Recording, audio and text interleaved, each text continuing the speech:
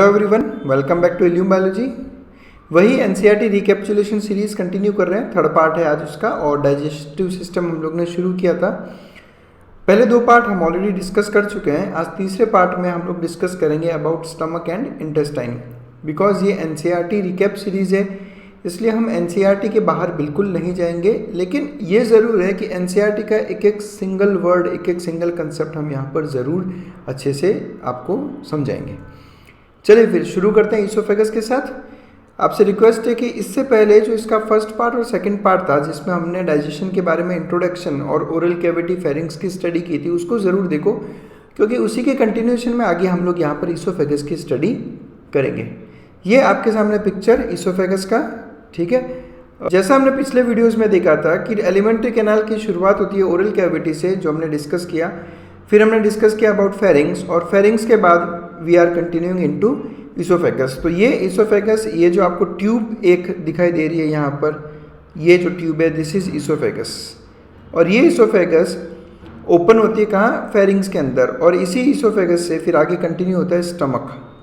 एक चीज़ जो आपको बहुत अच्छे से ध्यान रखनी है यहाँ पर, वो ये है कि इस पार्ट तक, यहाँ तक हमारा थोरैक्स रहता है, यहाँ तक ये थोरैक्स और ये एब्डोमेन। हमने पिछले वीडियोज़ में भी डिस्कस किया था इसके बारे में कि थोरैक्स और एब्डोमेन के बीच में प्रेजेंट होता है डायफ्राम, एक मसल। इनफैक्ट डायफ्राम मसल ही इनको थोरैक्स और एब्डोमेन में डिवाइड करती है। तो ईसोफेगस इसी डायफ्राम को पियर्स करेगा और पियर्स करके पहुंचता है नीचे एब्डोमेन में। ये डायग्राम भी हमने लास्ट वीडियो में देखा था। ये यहाँ पर ओरल कैविटी, ये नेजल कैविटी, और ये दोनों कंटिन्यू होती है इनटू फेरिंग्स। तो ये फेरिंग्स है, जो तीन अलग अलग कलर में मैंने शो कर रखा है, तीनों ही फेरिंग्स हैं। और फिर यहाँ से शुरुआत होती है ईसोफेगस की। ये ईसोफेगस है यहाँ पर। एक चीज़ जो आपको ध्यान रखनी है वो ये कि ईसोफेगस के एंटीरियर साइड में यहाँ पर प्रेजेंट होता है ट्रैकिया या फिर विंड पाइप। तो फेरिंग्स में ट्रैकिया भी ओपन होता है और फेरिंग्स में ईसोफेगस भी ओपन होता है। अब जैसा मैंने अभी आपको थोड़ी देर पहले समझाया था कि ईसोफेगस, ये देखिए, ये जो मैंने यहाँ पे मसल शो कर रखी है ना आपको, ये मसल ही डायफ्राम है। मैं एक बार ये मार्क हटा देता हूँ, उसके बाद आप अच्छे से इस मसल का शेप देखना। आपने ये भी पढ़ा होगा कि ये डोम शेप्ड मसल है। तो ये डायफ्राम के ऊपर वाला पोर्शन थोरैक्स और नीचे वाला पोर्शन एब्डोमेन। तो ये ईसोफेगस डायफ्राम को पियर्स करके नीचे एब्डोमेन में आएगा और फिर आगे ये कंटिन्यू करता है in the form of stomach. तो ये रहा स्टमक में। ये ऐसा एक और पिक्चर आपको थोड़ी देर में और यहाँ पर शो करूँगा, आपको वहाँ पे भी ये सेम चीज़ देखने को मिलेगी। तो एनसीईआरटी लिखती है कि ईसोफेगस एक थिन लॉन्ग ट्यूब है विच एक्सटेंड्स पोस्टीरियरली। ये देखो आप, अब एनसीईआरटी ने जो एक एक छोटे छोटे सिंगल वर्ड्स यूज़ किए हैं ना, वो आपको ध्यान में रखना है। Posteriorly passing through the neck, तो ये आपको अच्छे से ध्यान रखना है कि ट्रैकिया इंटीरियर साइड होगा और ईसोफेगस पोस्टीरियर साइड होगा। तो ये नेक से पास होती है, ठीक है, थोरैक्स से पास होती है, और फिर डायफ्राम को पियर्स करके ये Leeds into a J shaped stomach. तो एनसीईआरटी ने यहाँ पर स्टमक का शेप भी हमें यहाँ पर शो किया। तो ये देखो यहाँ पर ये जो जे बन रहा है यहाँ पे, तो दिस इज स्टमक। तो ये बात थी ईसोफेगस की। अब एलिमेंट्री कैनाल में यहाँ तक, यानी ईसोफेगस तक ही थोरैक्स है। आगे पूरी की पूरी एलिमेंट्री कैनाल, जिसमें स्टमक, स्मॉल इंटेस्टाइन और लार्ज इंटेस्टाइन है, ये सब के सब एब्डोमेन में ही आएगा। नेक्स्ट बात करते हैं गैस्ट्रो ईसोफेजियल स्फिंक्टर। सबसे पहले मैं आपको ये वर्ड समझाता हूँ कि स्फिंक्टर क्या होता है। बेसिकली सबसे पहले आपको चीज़ ये ध्यान रखनी है कि स्फिंक्टर जो है ये मस्कुलर स्ट्रक्चर है।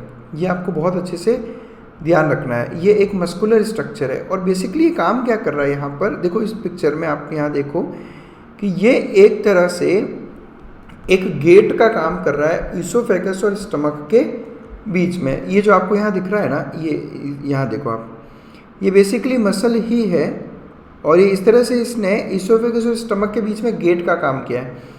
जैसे ही फूड ईसोफेगस से यहाँ आता है, तब ये स्फिंक्टर ओपन अप होगा, और ओपन अप होने से ये फूड एंटर कर जाएगा स्टमक में। क्लियर? अब यहाँ पर इन्होंने इसको जूम्ड वर्जन दिखा रखा है कि किस तरह से मसल्स ही आपस में कॉन्ट्रैक्ट होकर ओपनिंग और क्लोजिंग करता है इस स्फिंक्टर का। ये जो मसल्स हैं, इन्हीं की कॉन्ट्रैक्शन और रिलैक्सेशन से ये स्फिंक्टर ओपन होता है और क्लोज होता है। अब बेसिकली इस स्फिंक्टर की यहाँ पे ज़रूरत क्यों पड़ी, तो वो इसलिए पड़ी ताकि फूड जो है, एक तो फूड का बैक फ्लो नहीं हो इसोफेगस में। क्यों? क्योंकि स्टमक में प्रेजेंट होता है हाइड्रोक्लोरिक एसिड HCl, जिसका pH बहुत कम रहता है। तो ये HCl अगर इसोफेगस में जाएगा तो ये बहुत सीवियर डैमेज यहाँ पर कर सकता है, इसलिए ये स्फिंक्टर यहाँ पर प्रेजेंट होगा। इनफैक्ट स्टमक के बाद में क्या आता है, डुओडेनम। ये देखो यहाँ पे, ये डुओडेनम में स्मॉल इंटेस्टाइन का पहला पार्ट, यहाँ पे भी एक स्फिंक्टर प्रेजेंट है जिसका नाम है पाइलोरिक स्फिंक्टर। अब इसको पाइलोरिक क्यों बोला, मैं बात करूँगा इसकी भी। ये भी एक तरह से गार्ड है, इसकी ओपनिंग और क्लोजिंग की वजह से ही फूड का कंटेंट आगे जाता है। ये सारा इसलिए किया गया है ताकि फूड वापस बैक फ्लो ना जाए, पीछे की तरफ नहीं जाए, HCl स्टमक में ही रहे, ना तो वो इसोफेगस में जाए और ना ही जाए डुओडेनम में। गेटिंग माई पॉइंट, इसलिए यहाँ पर स्फिंक्टर प्रेजेंट होता है। अब ये जो स्फिंक्टर है, ये स्फिंक्टर जैसा मैंने बोला मस्कुलर है। इसी तरह से आपने बॉडी में कुछ और स्ट्रक्चर्स पढ़े होंगे जिनको हम कहते हैं वॉल्व, स्पेशली आपने हार्ट में पढ़ा होगा, वेन्स में पढ़ा होगा। ये वॉल्व भी कुछ इसी तरह के गेट का काम करते हैं, जैसे आपने हार्ट में पढ़ा रहेगा अबाउट मिट्रल वॉल्व, तो वो बैक फ्लो को रोकने का काम करता है। तो एक स्फिंक्टर और एक वॉल्व में फ़र्क ये होता है कि स्फिंक्टर एक मस्कुलर है, जबकि वॉल्व एक स्ट्रक्चर होता है अलग से। वॉल्व एक अलग से स्ट्रक्चर है, स्फिंक्टर मसल का ही मॉडिफिकेशन होता है। अब ये जो स्फिंक्टर यहाँ पे प्रेजेंट है इसोफेगस और स्टमक के बीच में, इसको हम कहते हैं लोअर इसोफेजियल स्फिंक्टर। ऐसा इसलिए बोलते हैं क्योंकि ये इसोफेगस के लोअर पार्ट पे प्रेजेंट है। अब यहाँ पर आकर इसोफेगस खत्म हो रहा है तो यहीं पे ये प्रेजेंट है, इसलिए लोअर इसोफेजियल स्फिंक्टर। अभी हम देखेंगे, जब स्टमक की बात करेंगे तो हम ये बताएंगे कि स्टमक का जो सबसे पहला पोर्शन, यानी ये वाला पोर्शन है स्टमक का, ये वाला पोर्शन, इस पोर्शन का नाम है कार्डिया। इसलिए कुछ बुक्स में इस लोअर इसोफेजियल स्फिंक्टर का एक और नाम है जिसका नाम है कार्डियक स्फिंक्टर। हालांकि ये जो वर्ड है ना, कार्डिया या कार्डियक, ये रिप्रेजेंट करता है हार्ट को, तो कंफ्यूज नहीं होना है कि कार्डियक स्फिंक्टर हार्ट में प्रेजेंट होता है क्या, नहीं। स्टमक के इस पोर्शन का नाम कार्डिया है, इसलिए इसको कहा जाता है कार्डियक स्फिंक्टर। तो ये मस्कुलर होता है और ये रेगुलेट करता है इसोफेगस की ओपनिंग इनटू दी स्टमक। तो ये कंसेप्ट आपको ध्यान रखना है। और स्टमक और डुओडेनम के बीच का स्फिंक्टर कहलाता है पाइलोरिक स्फिंक्टर। अब इसका भी नाम पाइलोरिक इसलिए है क्योंकि स्टमक का ये जो पोर्शन है, लास्ट वाला पोर्शन, इसका नाम है पाइलोरस। मैं अभी आपको स्टमक में ये सब चीज़ें बताऊंगा। तो ये पाइलोरस वाला पोर्शन है, इसलिए इस स्फिंक्टर का नाम है पाइलोरिक स्फिंक्टर। चलिए शुरुआत करते हैं स्टमक की। सबसे पहले यही डायग्राम हमने थोड़ी देर पहले देखा था कि स्टमक से शुरुआत हो जाती है एब्डोमेन की। इसोफेगस तक सब कुछ थोरैक्स में था, अब यहाँ से एलिमेंट्री कैनाल एब्डोमेन में एंटर कर चुकी है। ऑब्वियसली इसोफेगस डायफ्राम को पियर्स करके ही एब्डोमेन में पहुँचता है। तो अगर आपसे पूछा जाए कि स्टमक का लोकेशन कहाँ है, तो आप बोलोगे कि सर अपर लेफ्ट एब्डोमेन। बिल्कुल सही बात है। देखो ये डायफ्राम हो गया अपना, यहाँ से एब्डोमेन शुरू हुआ है यहाँ से, तो ये डायफ्राम के जस्ट नीचे ही प्रेजेंट है। और तो ये हो गई लेफ्ट साइड, तो ये upper left portion of abdomen में स्टमक प्रेजेंट रहता है। अब स्टमक के 4 अलग अलग मेन पार्ट्स रहते हैं। देखो सबसे पहला पोर्शन ये रहा कार्डिया, और इसी कार्डिया में इसोफेगस ओपन होता है। तो यहाँ जो स्फिंक्टर है उसका नाम क्या हो गया, कार्डियक स्फिंक्टर या फिर लोअर इसोफेजियल स्फिंक्टर। ये सेकंड पोर्शन फंडस, ये तीसरा सबसे मेन सेंट्रल पोर्शन बॉडी, और ये चौथा पोर्शन पाइलोरस। और यही रीज़न है कि यहाँ जो स्फिंक्टर प्रेजेंट है स्टमक और डुओडेनम के बीच में, इसको कहा जाता है पाइलोरिक स्फिंक्टर, क्योंकि ये स्टमक के पाइलोरस पार्ट और डुओडेनम के बीच में।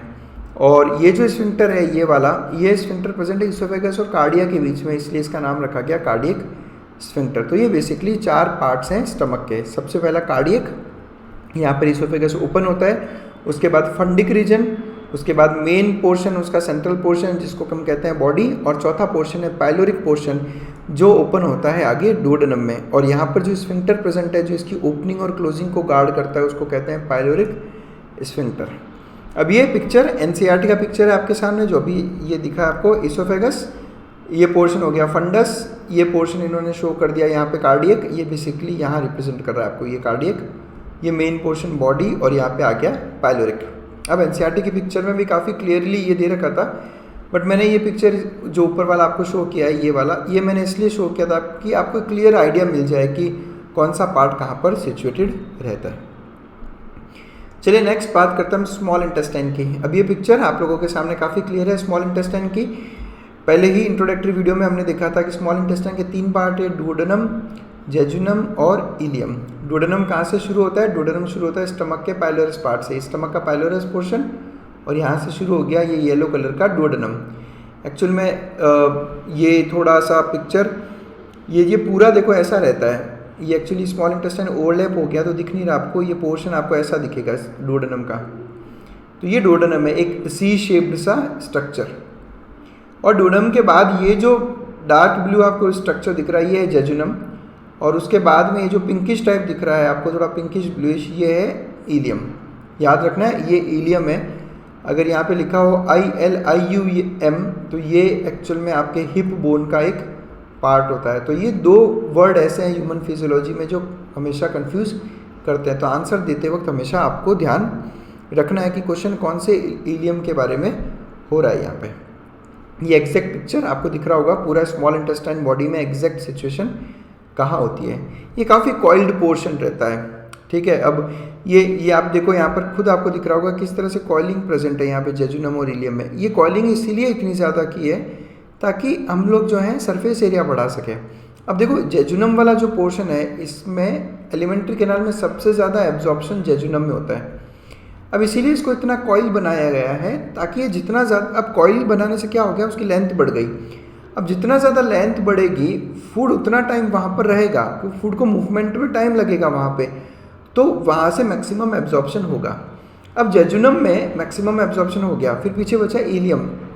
इलियम में भी जो बचा हुआ जो मटेरियल रह जाता है, जहाँ अब सब डाइजेशन और एब्जॉर्प्शन होने के बाद जो मटेरियल बच गया वो जेजुनम में एंटर करता है। और जेजुनम का भी लेंथ इसीलिए इतनी लंबी है ताकि काफ़ी टाइम तक वो वहाँ रहे और यहाँ पर वाटर का एब्जॉर्प्शन होता रहे, जितना ज़्यादा हो वाटर एब्जॉर्ब होता रहे उस वेस्ट मटेरियल से, तो इलियम वहाँ पर प्रेजेंट होता है। तो स्मॉल इंटेस्टाइन के 3 पार्ट, डुओडेनम, जेजुनम और इलियम। डुओडेनम एक सी शेप्ड स्ट्रक्चर है जो स्टमक से कनेक्टेड रहता है, और जबकि जेजुनम और इलियम जो है ये दोनों हाईली कॉइल्ड रहते हैं ताकि इनकी लेंथ बढ़ाई जा सके। अभी ये आपके सामने एक पिक्चर चल रहा है, इस पिक्चर में देखो किस तरह से फूड एक लंबे से ट्यूब से पास ऑन हो रहा है। अब सिंपल सा एक लंबा एक ट्यूब बना देते तो हम उसकी इतनी लेंथ नहीं दे पाते। नेक्स्ट बात करते हैं लार्ज इंटेस्टाइन की। सबसे पहले मैं यहाँ पे स्मॉल इंटेस्टाइन और लार्ज इंटेस्टाइन के बीच में कुछ कन्फ्यूजन है मैं दूर कर दूँ। देखो नाम क्या है स्मॉल इंटेस्टाइन, नाम क्या है लार्ज इंटेस्टाइन। तो यहाँ ये मत सोचना कि स्मॉल इंटेस्टाइन छोटा है और लार्ज इंटेस्टाइन बड़ा है लेंथ में, ये गलत कर जाओगे आप। स्मॉल और लार्ज इनका नाम रखा है इनके डायमीटर पे। यहाँ पे हम स्मॉल मतलब क्या रहता है, छोटा ना। स्मॉल इंटेस्टाइन बोला हमने, शॉर्ट इंटेस्टाइन या लॉन्ग इंटेस्टाइन नहीं बोला। अगर मैं शॉर्ट इंटेस्टाइन और लॉन्ग इंटेस्टाइन बोलता तो ये क्लियर था कि long intestine is longer, but ऐसा नहीं है। स्मॉल इंटेस्टाइन का डायमीटर छोटा है as compare to the large intestine. तो लार्ज इंटेस्टाइन वाइड होती है as compare to the small intestine, इसलिए इनका ऐसा नाम रखा गया है। लेकिन अगर लेंथ की बात करोगे तो small intestine is much longer in length as compare to large intestine. तो ये फैक्ट आपको ध्यान रखना है यहाँ पे। स्मॉल इंटेस्टाइन नाम स्मॉल है लेकिन लेंथ में ये लॉन्गर है as compare to large intestine, तो ये कन्फ्यूजन नहीं रखना है कभी भी। अब आते हैं हम लोग लार्ज इंटेस्टाइन पे। लार्ज इंटेस्टाइन पे सबसे पहला पोर्शन सिक्कम। देखो सिक्कम ही वो पोर्शन है जहाँ पर स्मॉल इंटेस्टाइन का इलियम आकर ओपन होता है। तो ये इलियम यहाँ सिक्कम में ओपन हो गया, ये सबसे पहला पार्ट लार्ज इंटेस्टाइन का। ठीक है, सिक्कम से ही एक ट्यूब लाइक स्ट्रक्चर दिखाई देता है, वर्म लाइक, जिसको हम कहते हैं वर्मीफर्म अपेंडिक्स। ये वर्म लाइक यानी कीड़े के जैसा दिखता है, इसलिए वर्मीफर्म अपेंडिक्स इसका नाम रखा गया है। बेसिकली एक वेस्टिजियल ऑर्गन है। तो ये रहा एक छोटा सा बैग सिक्कम। सिक्कम से शुरुआत होती है कोलोन की। तो ये देखो आप यहाँ पे कोलोन, जैसा हमने इंट्रोडक्टरी वीडियो में दिखाया था आपको कि जो डाइजेस्टेड फूड यहाँ पे बच गया है पीछे, जो भी पीछे पोर्शन बच गया है, इलियम सिक्कम से होता है वो इस तरफ ऊपर की तरफ आएगा, इसलिए कोलोन का पहला पार्ट असेंडिंग कोलोन, क्योंकि फूड यहाँ पर असेंड कर रहा है। फिर कोलोन इस तरह से हॉरिजॉन्टल चलता है, ट्रांसवर्स चलता है, इसलिए इसका नाम रखा ट्रांसवर्स कोलोन। फिर ये नीचे की तरफ आता है, इसलिए इसका नाम हो गया डिसेंडिंग कोलॉन। डिसेंडिंग मतलब नीचे की तरफ आना, ट्रांसवर्स मतलब हॉरिजॉन्टल, असेंडिंग मतलब ऊपर की तरफ। तो असेंडिंग कोलॉन, फिर ट्रांसवर्स कोलॉन, फिर डिसेंडिंग कोलॉन। उसके बाद में जो कोलॉन है वो ऐसा एस शेप्ड रहता है, इसलिए इसका नाम दिया गया है सिग्मोइड कोलॉन। सिग्मोइड बेसिकली किसी एस शेप्ड स्ट्रक्चर को कहा जाता है। और ये तो दूसरा पार्ट है। देखो पहला पार्ट सिक्कम था, दूसरा पार्ट है कोलॉन, और अब तीसरा पार्ट है रेक्टम। तो ये रहा रेक्टम। बेसिकली रेक्टम में फीसिस यानी जो वेस्ट मटेरियल है उसका स्टोरेज होता है, स्टूल का स्टोरेज होता है, और इस रेक्टम की ओपनिंग को कहा जाता है एनस। तो वाया एनस ये यहाँ पर ओपन होता है। तो बेसिकली लार्ज इंटेस्टाइन के 3 पार्ट। सबसे पहला सिक्कम, ये मैं एनलार्ज करके आपको व्यू दिखा रहा हूँ यहाँ पे सिक्कम का। देखो ये पूरा सिक्कम है। इसी सिक्कम से एक ट्यूब निकलती है जिसको हम कहते हैं अपेंडिक्स, एक वेस्टिजियल ऑर्गन। और इस सिक्कम में क्या ओपन होता है, इस सिक्कम में ओपन होता है ये स्मॉल इंटेस्टाइन का इलियम वाला पोर्शन। तो ये कुछ मूवमेंट इस तरह से होगा यहाँ पर ये। तो ये आ गया सिक्कम यानी कि लार्ज इंटेस्टाइन। एनसीईआरटी में लिखा है कि it is a small blind sac. तो इस ब्लाइंड का मतलब क्या होता है? ब्लाइंड का मतलब ये होगा कि ये एक एंड में जाकर ये डेड एंड है यहाँ पर, मतलब यहाँ से आगे कुछ नहीं। फूड यहाँ पे आएगा और इस तरफ मूव कर जाएगा। ये यहाँ पर डेड एंड आ गया, यहाँ पे खत्म हो जाती है ये, इसलिए इसको ब्लाइंड सैक बोला गया। सैक मतलब एक बैग, तो एक ब्लाइंड सैक हो गया ये।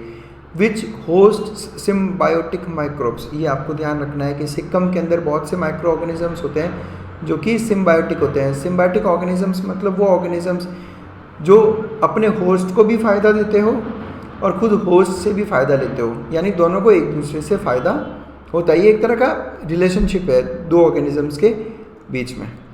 सिक्कम से ही ओरिजिनेट होता है वर्मीफॉर्म अपेंडिक्स का। ऐसा नाम इसलिए रखा क्योंकि ये वर्म के जैसा, एक कीड़े के जैसा होता है, इसलिए एक नैरो फिंगर जैसा ट्यूबुलर प्रोजेक्शन है, ट्यूब लाइक प्रोजेक्शन है जो सिक्कम से ओरिजिनेट होता है। कई बार आपने सुना होगा किसी के मुंह से कि उसका अपेंडिक्स खराब हो गया तो ऑपरेट करके अपेंडिक्स निकालना पड़ा, तो ये वही अपेंडिक्स है। ये बेसिकली एक वेस्टिजियल ऑर्गन होता है। कमेंट सेक्शन में आओ और आके मुझे बताओ, आपने एवोल्यूशन चैप्टर पढ़ा रहेगा कि वेस्टिजियल ऑर्गन बॉडी में क्यों प्रेजेंट होते हैं, वो क्या शो करते हैं, उनका सिग्निफिकेंस क्या है। नेक्स्ट बात करते हैं कोलॉन की। तो कोलॉन असेंडिंग कोलॉन, फिर ट्रांसवर्स कोलॉन, डिसेंडिंग कोलॉन और at the end sigmoid colon. फिर रेक्टम की बात करते हैं तो रेक्टम स्टोर हाउस रहता है फिशेस का और रेक्टम ओपन होता है वाया एनस। ये पिक्चर आप यहाँ पे देखो तो ये सिग्मोइड कोलॉन और ये आ गया यहाँ पर रेक्टम, और ये रेक्टम की ओपनिंग जिसको कहते हैं एनस, और इस एनस के थ्रू जो है हम लोग फिशेस को जो है एक्सक्रीट कर देते हैं। क्लियर? तो ये था पूरा एलिमेंट्री कैनाल का स्ट्रक्चर। ठीक है, मैं एक बार आपको इस वीडियो में पूरा स्टार्टिंग से एक बार वापस बता देता हूँ। देखो सबसे पहले हमने शुरुआत की थी ओरल कैविटी से। ओरल कैविटी के बाद में आया था फेरिंग्स। फेरिंग्स से चले थे हम ईसोफेगस की तरफ। ईसोफेगस से हम आए स्टमक में, और इनके बीच में जो गार्ड था वो गार्ड था कार्डियक स्फिंक्टर। स्टमक से हम आए फिर डोडेनम में, और इन दोनों के बीच का जो गार्ड है वो है पाइलोरिक स्फिंक्टर। डोडेनम से हम पहुँचे जेजुनम में, और जेजुनम से हम आए इलियम में। इलियम से हम आ गए सिक्कम। सिक्कम से हम आए असेंडिंग कोलॉन, फिर हम पहुँचे ट्रांसवर्स कोलॉन, फिर आए डिसेंडिंग कोलॉन, फिर आए सिग्मोइड कोलॉन, और एट द एंड पहुँचे रेक्टम, और रेक्टम की ओपनिंग कहलाती है एनस। तो ये था पूरा एलिमेंट्री कैनाल का स्ट्रक्चर। नेक्स्ट वीडियो में ज़रूर आना, हम लोग बात करेंगे about histology of alimentary canal, यानी एलिमेंट्री कैनाल में कौन कौन सी लेयर्स प्रेजेंट होती है। तो बस that's it. Thanks a lot for watching us. Stay connected with us for more such informative videos.